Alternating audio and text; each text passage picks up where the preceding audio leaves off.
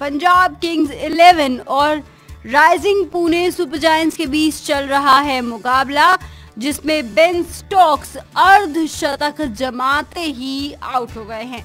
आपको बता दें कि स्टोक्स ने 32 गेंदों पर 50 रन मारे। उन्होंने इस बीच 2 चौके और 3 छक्के लगाए। बेन स्टोक्स को अक्षर पटेल ने आउट किया। अक्षर पटेल ही बॉलिंग करा रहे थे और जैसे ही स्टोक्स ने गेंद को बल्ले से छुआ, वैसे ही वो सीधा अक्षर पटेल के हाथ में आ गई। जैसे ही बेन स्टोक्स आउट हुए, अक्षर पटेल ने गेंद को कैच करके आसमान में उछाल दिया और वैसे ही बेन स्टोक्स ने भी अपना बल्ला लिया और आसमान में उछाल दिया गुस्से में।